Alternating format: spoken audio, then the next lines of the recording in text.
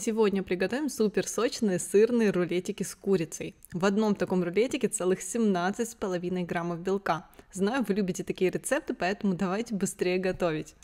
Нам понадобится одна половинка куриного филе. Сначала нарезаем его полосками, а потом на мелкие кубики. Сразу же хочу напомнить вам подписаться на канал, если вы до сих пор еще этого не сделали, чтобы вы не пропускали еще больше вкусных и полезных рецептов. Разогреваем сковородку, добавляем на нее немного масла и начинаем обжаривать курочку на среднем огне, помешивая. Обжариваем ее несколько минут до золотистой корочки. В процессе добавляем немного соли по вкусу и специи. Вместо жарки можно запечь в духовке либо аэрогриле и в готовом виде нарезать на маленькие кусочки. Кстати, этот рецепт тоже входит в мое новое осенне-зимнее меню.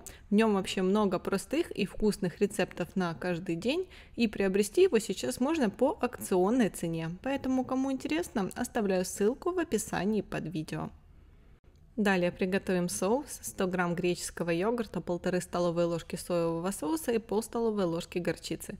Перемешиваем до однородности. Можно также по желанию добавить немного чеснока. Ну а также нам понадобится сыр, у меня это моцарелла, натираем его на мелкой терке, сыра нам всего понадобится 70 грамм. Сразу же к горячей курочке добавляем тертый сыр и перемешиваем, чтобы он слегка подтаял. Ну а затем уже добавляем соус и снова хорошо перемешиваем.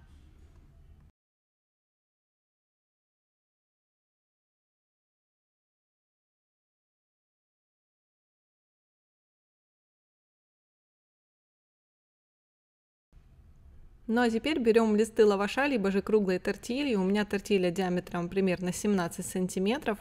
Можно взять большего размера, тогда у вас получится меньше рулетиков, просто более больших. Ну а я сделаю 7 штук вот таких вот малышей. Закручиваем, как обычные блинчики. Ну, либо же, как я уже сказала, можно просто взять 2 больших стандартных листа тортильи и сделать 2 обычных рулетика, как шаурму. Но это еще не все. Для того, чтобы было вкуснее, поджарим на сухой сковороде до хрустящей корочки. Либо же можно запечь в духовке или аэрогриле. Ну и вот такая у нас получается вкуснятина.